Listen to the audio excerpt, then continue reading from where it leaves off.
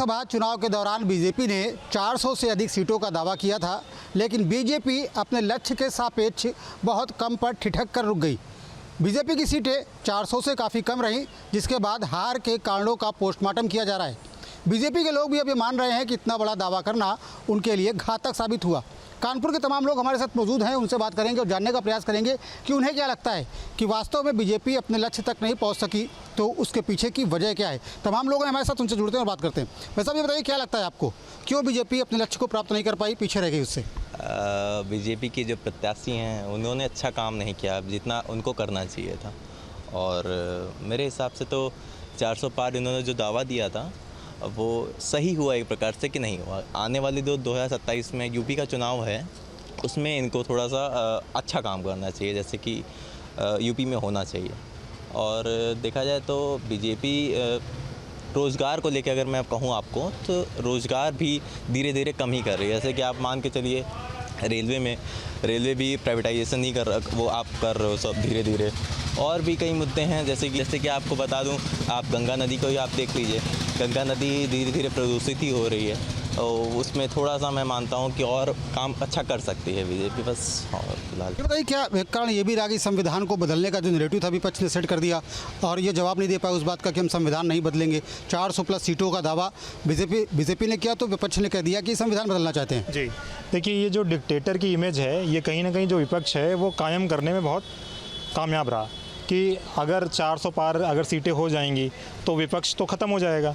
ऐसे में क्या है कि जो डिक्टेटर की इमेज है, जो नैरेटिव सेट किया गया, जो ये सारी जो एक एजेंडा जो विपक्ष ने चलाया इंटरनेट के माध्यम से और ये सारी चीज़ें करके, तो वो कहीं ना कहीं लोगों को सच लगने लगा कि अगर 400 पार सीटें जाएंगी तो ये किसी की सुनेंगे ही नहीं। तो कहीं ना कहीं वो जो 400 का जो इन्होंने नारा दिया कि अब की बार 400 पार, वो इन्हीं के लिए क्या हुआ कि उल्टा साबित हो गया। बीजेपी के लिए घातक साबित हुआ, आप कहना चाहते हैं? जी बिल्कुल घातक साबित हो गया। इससे इनकी सीटें खुद ही कम हो गई। अगर ये नारा ना देते और सही टिकट का वितरण करते तो कहीं ना कहीं मुझे लगता है कि 350 या 320 के आसपास ये आ सकते थे। आपको क्या लगता है, क्या वजह रही कि बीजेपी अपना पुराना परफॉर्मेंस भी नहीं दोहरा पाई, जबकि दावे बड़े बड़े किए इस बार? बीजेपी जैसा कि 2014 के बाद 2019 में 303 वोटों से मतलब जीती, लेकिन उसके बाद समस्या क्या आई कि इन्होंने बढ़ चढ़कर बोल दिया कि अब की बार 400 पार। लेकिन देखा जाए तो इनके जो प्रमुख मंत्री हैं वो खुद ही जानते हैं कि हम किस लेवल पे हैं। हम 400 पार खुद नहीं जा पाएंगे। लेकिन जैसा कि बीजेपी का चेहरा मोदी जी हैं, तो मोदी जी की वजह से लोग इनको लगने लगा कि अब की बार 400 पार का नारा हम रखते हैं, हो सकता है हम वहाँ तक पहुँच जाए। लेकिन देखा जाए तो बीजेपी के अंदर अभी पार्टी में बहुत ढेर सारी कमियां हैं जो इनको ज़मीनी स्तर से उनको देखना चाहिए, क्योंकि इनके नेताओं को पहले से ही पता था कि 400 पार तो कहीं से जाना पॉसिबल नहीं है। निगेटिव काम किया इसने, नकारात्मक। हाँ बिल्कुल, इस नारे ने नेगेटिव काम किया है कहीं ना कहीं। जी, और लोग उनसे भी जानते हैं। ये बताइए भाई साहब, क्या लगता है क्यों ऐसा हुआ कि बीजेपी अपने लक्ष्य तक नहीं पहुँच पाई? दावे बड़े बड़े थे। एक्चुअली चुनाव जो गर्मियों के समय हुआ तो हिंदू वोटर निकल नहीं पाया। बीजेपी का सबसे बड़ा नुकसान हुआ कि हिंदू वोटर घर से नहीं निकला, इसलिए इसका 400 पार नहीं हो पाया। अगर हिंदू वोटर एकजुट हो जाता, हिंदू एकजुट हो जाता तो कुछ ना कुछ और सीटें बढ़ सकती थी। लगता है भाजपा में अंतरकलह भी एक वजह रही, आपस में ही कार्यकर्ताओं में सामंजस्य नहीं था। नेता जो उतारे गए उनके सापेक्ष कार्यकर्ता जुटे नहीं, कहा बाहरी भीतरी का तमाम तरीके की बातें की गई। जी कुछ तो भीतरघात हुआ है, कुछ भीतरघात हुआ। जो इनके अंदर के नेता लोग हैं उन्होंने भीतरघात किया, जो चाहते थे कि हमको टिकट मिले या उनको टिकट न मिले, इस वजह से कुछ इनका नुकसान हुआ। क्या लगता है भाई साहब, आपको क्या लगता है? मेरे ख्याल से इनका जो टिकट देने का चुनाव था, सही सांसदों का ना चुनना, ये एक सबसे बड़ा कारण था बीजेपी में 400 पार ना हो पाने का। क्योंकि इनके जो सांसद जो इन्होंने चुने थे उन्होंने अच्छी मेहनत नहीं करी। जितने भी वोट आए हैं वो मोदी जी के नाम पर आए, ना कि उनके सांसदों के नाम पर।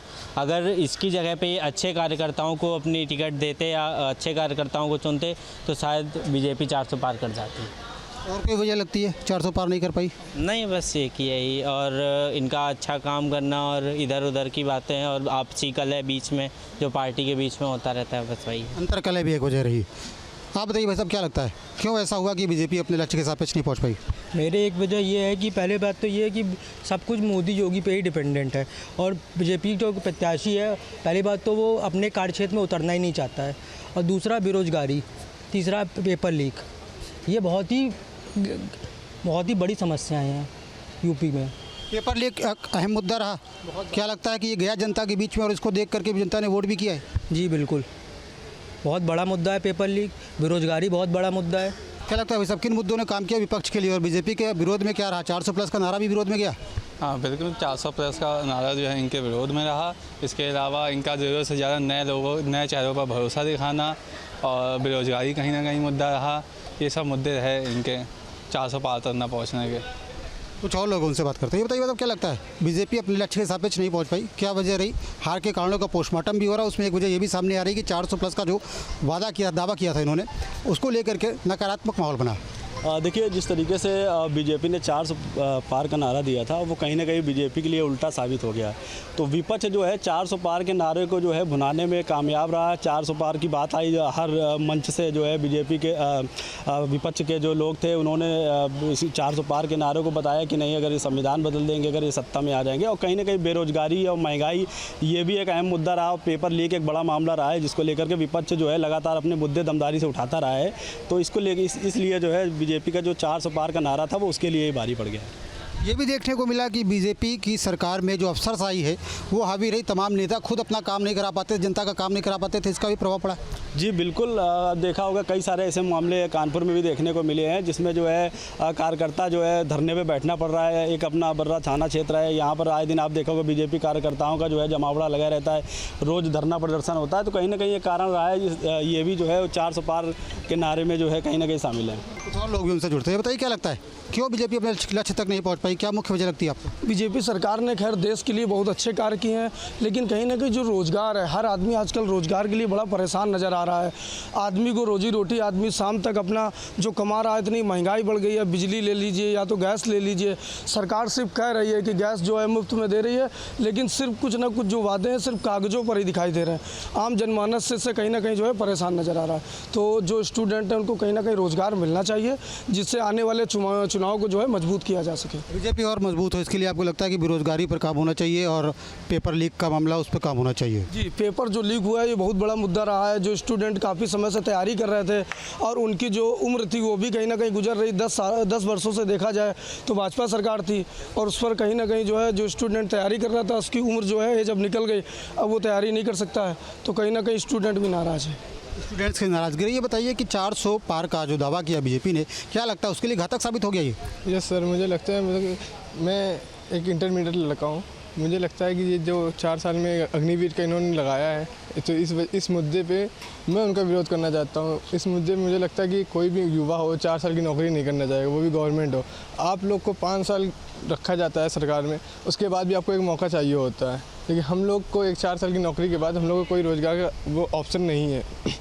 इस वजह से मुझे लगता है कहीं युवाओं को मतलब वोट इनको विपक्ष के खिलाफ रहा है। ये कहना चाह रहे हैं अग्निवीर में जो 4 साल की व्यवस्था की गई वो भी बीजेपी के विरोध में गई? हाँ बिल्कुल, इसमें युवाओं ने इनका वोट कटा है। युवाओं ने कांग्रेस को ज़्यादा सपोर्ट किया है, उनको लगा था कि मतलब वो ज़्यादा सपोर्ट में है, मतलब ठीक है। तमाम ऐसे कारण हैं जिसकी वजह से बीजेपी अपने लक्ष्य तक नहीं पहुंच पाई। हार के कारणों का पोस्टमार्टम लगातार जारी है। बीजेपी के लोग भी अब ये मानने लगे हैं कि 400+ का जो दावा उन्होंने किया था वो उनके लिए घातक साबित हुआ और इसी वजह से वे अपने लक्ष्य में नहीं पहुंच सके। वहीं दूसरी तरफ कहा यह जा रहा है कि संविधान का जो मुद्दा है वो इस लोकसभा चुनाव में बहुत हावी रहा और उसने विपक्ष के लिए बहुत मजबूती से काम किया। हालांकि हार के कारण अभी भी गिनाए जा रहे हैं, उनका पोस्टमार्टम किया जा रहा है, जानने का प्रयास किया जा रहा है कि आखिर क्या वजह रही कि बीजेपी पिछले 2 बार की अपेक्षा तीसरी बार इतना सफल नहीं हो सकी।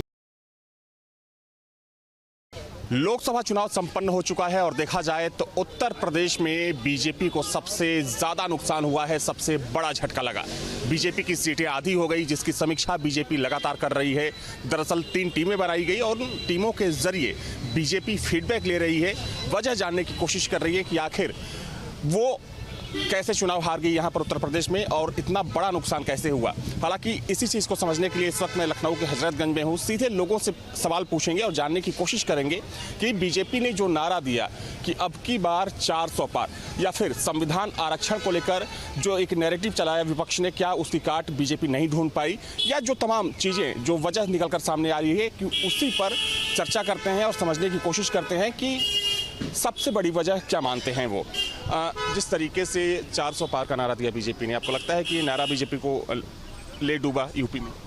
देखिए, बीजेपी के पास कोई संवैधानिक प्लान नहीं होता, वो केवल निगेटिव प्लान की रचना करती है।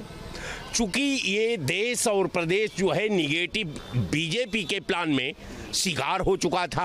अब हिंदुस्तान और उत्तर प्रदेश की जनता बीजेपी का विकल्प ढूंढ रही थी।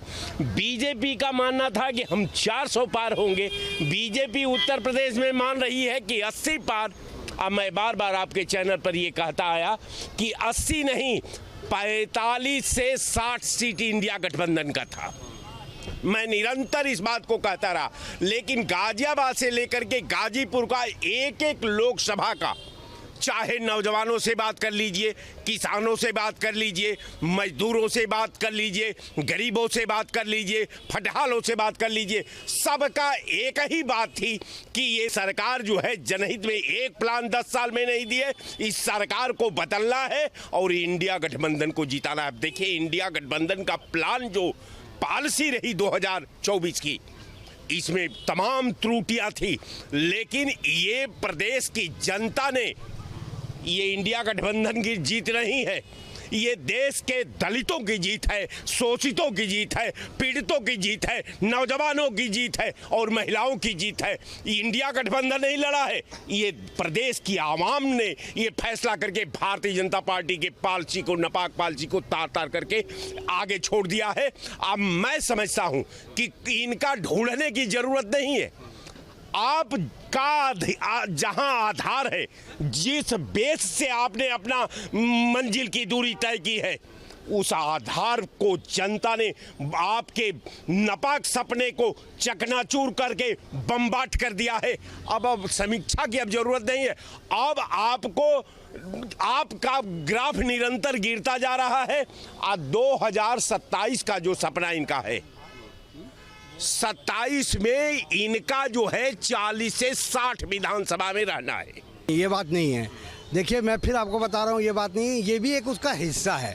महंगाई, बेरोजगारी, महिलाओं पर अत्याचार और भ्रष्टाचार। महंगाई बेरोजगारी पर तो हर बार चुनाव होता है। नहीं होता है, इस बार हो गया। नहीं, हर बार चुनाव होता है। महंगाई, अरे हम लोग भी 15-20 साल हो गए चुनाव कवर करते, हर चुनाव में नारा होता है महंगाई और बेरोजगारी को हटाना। इस बार ज़्यादा हो गया था क्योंकि आदमी बेरोजगार था, गरीब हो रहा था, अमीर हो रहे थे। इनके पास कोई पॉलिसी नहीं था। आपको बता दें, अभी 18 लाख MSME बंद हो गई, 54 लाख लोग बेरोजगार हो गए। नीट का मामला देखिए, इसी तरीके से 7 साल में 70 पेपर लीक हो रहे थे। आप संविधान को बदलने की बात करने लगे, आपके लोग दिया मिर्जा बोलने लगी संविधान को बदल देंगे। वो आदमी को ज़्यादा ठेस पहुंचा, खास करके दलित, अल्पसंख्यक और जो लोग ये संविधान को मानते हैं, उन्होंने इनको देखा कि अरे ये तो गलत है। आप ये मानने के लिए तैयार ही नहीं है कि कोई बात हुआ। आप लोगों की बात नहीं सुनना चाहते थे। आप समीक्षा मत करिए। आप बेरोजगारी पे कोई बात बोलें, आपको पेपर लीक हुआ आप कोई बात बोले, मणिपुर में इतना मामला हुआ आप कुछ बोले, आपका भ्रष्टाचार इतना बड़ा था, आपने संविधान को बदल के कानून लाया था इलेक्टोरल बॉन्ड का, उसमें आपने घपला किया। आप देखिए, जो राम को धोखा दे देता है, जो भगवान को धोखा देंगे, वो इंसान को क्या तोड़ेंगे। आज राम लाला का मंदिर चूरा है पहले बारिश में, और जहाँ राम लाला विराजमान है वहाँ भर गया। आप एक राम मंदिर बनाए हैं इस तरीके से, उनका पथ गड्ढा आ गया। आप बताइए, उनके प्लेटफॉर्म में दीवार गिर जा रही है। आप भ्रष्टाचार कर रहे हो, ये आदमी को दिख नहीं रहा है। आप नीट में इतना बड़ा घपला कर रहे हो और ये आदमी को दिख नहीं रहा है। बच्चे रास्ते में, आप लाठी चला रहे हो। आप बताइए, 2020 में नीट में 6 नंबर आया था एक लड़की को, उसको 6 नंबर दिया, उन्होंने आत्महत्या कर लिया लड़की ने। उसकी माँ बाप ने री एग्ज़ाम कराया, 590 नंबर निकला उनका। आप बताइए, उनको 6 नंबर दिया। यही सब मामला था, ये इनके जाने से। आपने लोगों की बात सुनी, आपको क्या लगता है कि यूपी में बीजेपी की कम सीटें आई, इसके पीछे की वजह क्या रही? इसके पीछे सबसे बड़ी वजह क्या रही है कि एक तो जातिवाद का फैक्टर जबरदस्त चला। आपको लगता है कि जो एक नैरेटिव चलाया विपक्ष ने संविधान और आरक्षण को लेकर, बीजेपी उसकी काट नहीं ढूंढ पाई? हाँ, सही करें, वो उसकी काट बीजेपी ढूंढ नहीं पाई। जबकि संविधान को बदलने के लिए बहुत बड़ी ताकत की आवश्यकता पड़ती है अगर बीजेपी बदलती, लेकिन ऐसा बीजेपी का सोच नहीं रहा कि संविधान बदलने का, लेकिन उसको एक हवा दे दिया गया विपक्ष की तरफ से। एक हवा ऐसा दिया गया कि वो आम जनमानस के दिमाग में बैठ गया कि हो सकता है ये अगर 400 सीट पार कर गए तो ये संविधान बदल देंगे और बहुत सी चीज़ें बदल देंगे। अच्छा, आपको लगता है। और जो बीजेपी ने एक नारा दिया था 400 पार का नारा, कहा जा रहा है कि वो भी बीजेपी के लिए घातक साबित हुआ, क्योंकि बीजेपी के कार्यकर्ताओं को लगा कि अब तो 400 सीटें आ ही रही हैं, तो फिर मेहनत करने की जरूरत है। हाँ, ये सही है कि वो 400 पार का नारा देना ये बीजेपी के लिए घातक साबित हो गया। इसलिए घातक साबित हो गया कि कार्यकर्ताओं में तो जोश बैठा ही है, और उधर आरएसएस जो है एक साइड हो गई। जो हर बार आरएसएस की एक कोशिश दिखती थी, वो कोशिश इस बार नहीं। हाँ, इस बार नहीं रही, क्योंकि 6 महीने पहले ही भागवत जी ने जो बात मोदी जी से वो साजिश से कह दी थी, उसको इन लोगों ने निगलेक्ट कर दिया। नहीं तो यहाँ यूपी में भी पूरी सीटें आती। 2024 के लोकसभा चुनाव में बीजेपी ने अब की बार 400 पार का नारा दिया, लेकिन वो 240 पर ही सिमट गई। और अब जब चुनाव संपन्न हो चुके हैं, बीजेपी की सरकार भी बन चुकी है, तो अब विश्लेषण का समय है कि आखिर जितनी सीटों का दावा किया गया था उससे सीटें कम क्यों आई और बीजेपी को पूर्ण बहुमत क्यों नहीं मिला। हम इस वक्त प्रयागराज में मौजूद हैं, हमारे साथ प्रयागराज के कुछ लोग हैं, उनसे समझेंगे कि आखिर क्या वजह हुई। 400 पार का जो नारा था, आपको लगता है कि 400 पार का जो नारा था उसके बाद संविधान बदलने की बात विपक्ष की तरफ से उठाई गई और कहीं ना कहीं उसका नुकसान हुआ बीजेपी? नहीं, देखिए, मेरा व्यक्तिगत मानना है 400 पार के नारे में कोई ऐसी बुराई नहीं थी और ना उससे कोई नुकसान हुआ। और चुनाव के समय प्रधानमंत्री जी ने आप जैसे अनेकों पत्रकारों से बात करते समय इस मुद्दे के बारे में बताया था। उन्होंने कहा कि हम आज भी सदन में 400 की लगभग हमारी संख्या है, और जब भी कोई नए चुनाव में जाता है तो पिछले वाले संख्या से अधिक संख्या का लक्ष्य निर्धारित किया जाता है। इसीलिए उन्होंने 400 का नारा दिया था।